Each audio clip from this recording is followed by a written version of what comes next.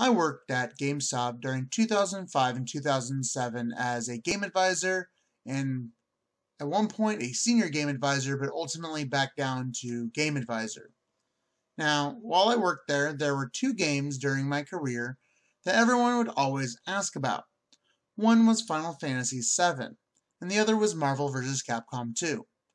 Final Fantasy VII is a pretty good PlayStation 1 game. After we stopped selling the PlayStation 1 games, that was when people really wanted Final Fantasy VII. People would hear that I worked at GameStop, and the first thing they would ask me is if I could help them find that game. It was kind of crazy. These people had never played FF7, but just they knew that it was the best Final Fantasy game ever, right? Now, the second game is the game I actually want to talk about. Now, this game was a little game called Marvel vs. Capcom 2, and they wanted it on any system they could find it on. Now, the game came out on Dreamcast, but I did not work there during that time, that we actually sold those at my store, sadly. But PlayStation 2 and Xbox also had this epic Capcom fighting game. I don't think I'm selling how uncommon it was for us to sell this game. Capcom lost the rights to sell it, so this game never made a Platinum Game of the Year Ultimate Edition, alright? So people would have to trade the game in order for us to actually sell this game used. Now, it's typically not a problem, but now, I remember seeing PlayStation 1 copy of Marvel vs. Capcom 1 coming to the store near my home, and that store manager was very excited, and he scooped that up right away. And I was like, why? What's the point? It's Marvel vs. Capcom 1. You see, that game sucked on PS1. Terrible load times, missing features. You just need Marvel vs. Capcom 2, and you probably would have really wanted it on PlayStation 2 unless you want to play online, and that was where the Xbox version was superior, but you had to play on the Xbox controller. Now, people would walk in, ask for it, and we would kind of chuckle because if it did come in, it would immediately sell. Possibly to someone in the store right that second. Wink, wink. What? We love games too, you know? Even in the game's Dreamcast heyday, it was kind of hard to get due to the game's insane popularity. Now, I bought Mega Man Legends on PC in high school, and someone traded in Marvel vs. Capcom 2 on the Dreamcast, and guess what? It immediately got returned so I could buy it.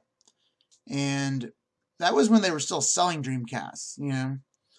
It's an amazing game. I kind of regret trading in Mega Man Legends though on PC, as I hear that game kind of fetches a nice price, but PC gaming was such a crapshoot for me back then, and I probably couldn't have run it.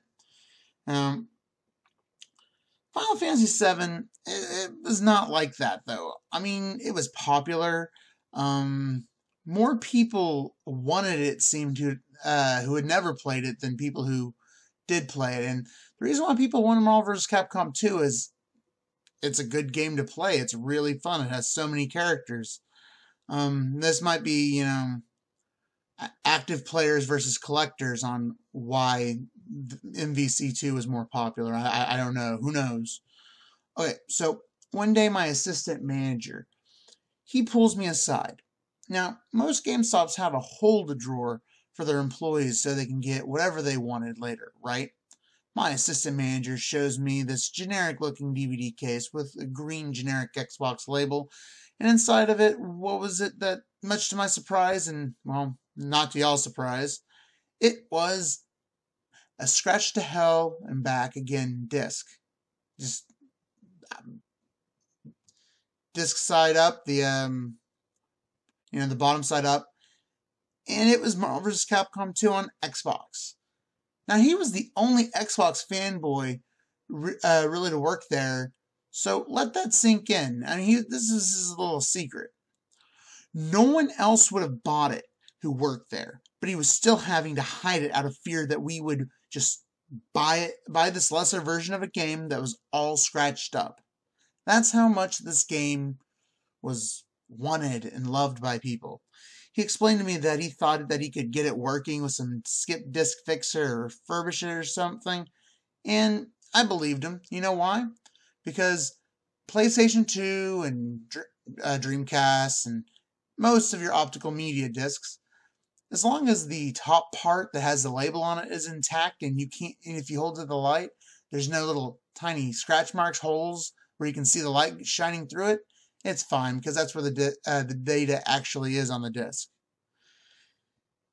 You know, the store manager, I'm pretty sure he knew that that game was there. I think we might have talked about it at one point. Oh, just a FYI, if you happen to have gone to that store manager was probably the reason that you never found that non-greatest hits version of that PlayStation 1 JRPG out on the shelf. You probably know the one that you wanted to get. I'm just saying that's most likely the reason. That's one of my fond memories of working at GameStop is those two games everyone just wanted. And you know what? I was one of the only people to have never played Final Fantasy VII originally while I was working there. I later did, of course, but I was just way too busy playing Marvel vs. Capcom 2. And you know what? I think I was better for that.